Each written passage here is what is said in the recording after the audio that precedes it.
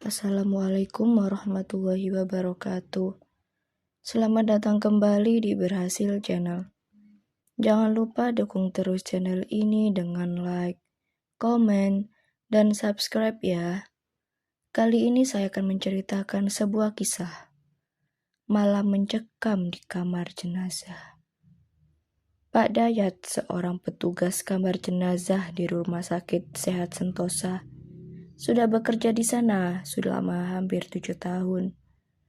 Ia sudah terbiasa dengan suasana sunyi dan dingin, serta aroma khas antiseptik bercampur bau yang sering menyertai pekerjaannya.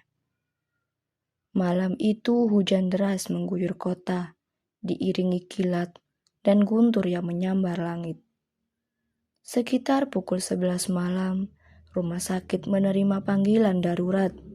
Terjadi kecelakaan tabrak beruntun di jalan tol yang melibatkan beberapa kendaraan.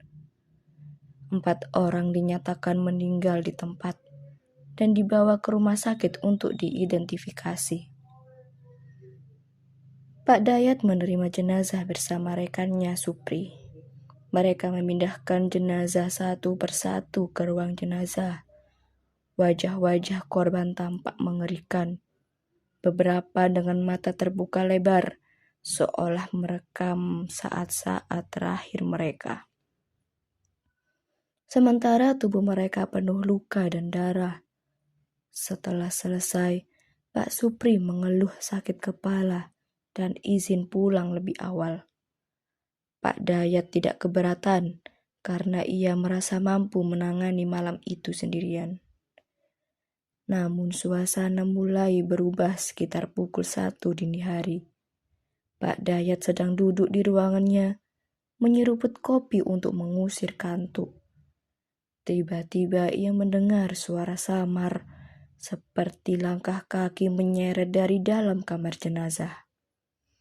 Ia mendengar dengan saksama, tetapi suara itu menghilang begitu saja.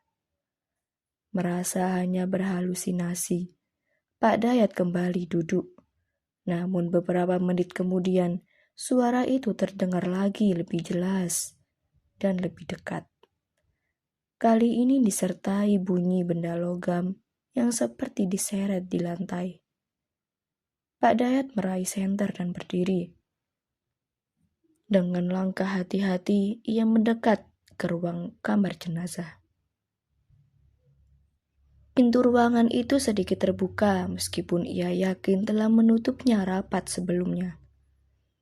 Ketika ia masuk, udara di dalam terasa jauh lebih dingin dari biasanya, menusuk hingga ke tulang.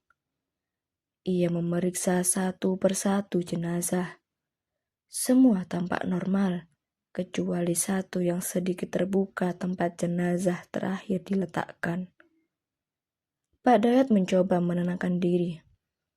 Mungkin tadi kurang rapat kali ya, gumamnya. Namun ketika ia mencoba untuk menutupnya, ia merasa ada sesuatu yang menahan. Dengan ragu ia membukanya perlahan.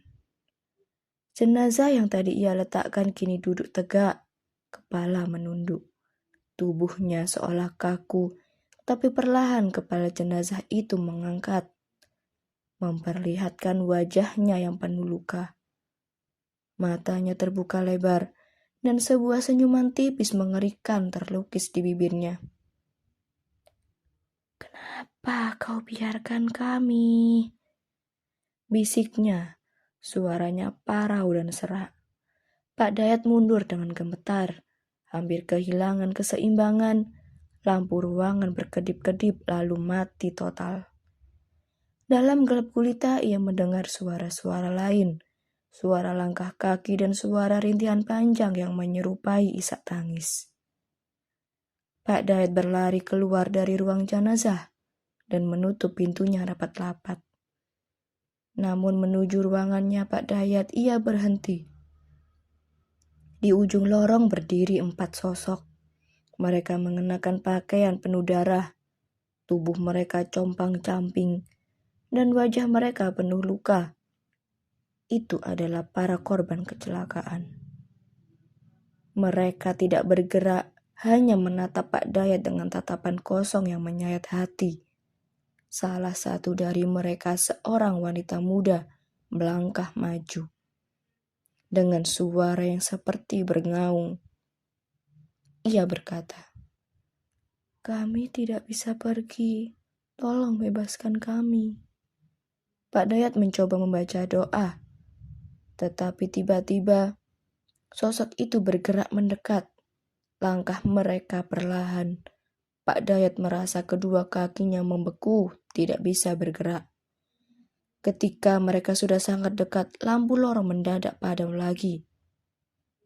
Ketika lampu kembali menyala, beberapa detik kemudian lorong itu kosong. Tidak ada sosok, tidak ada suara.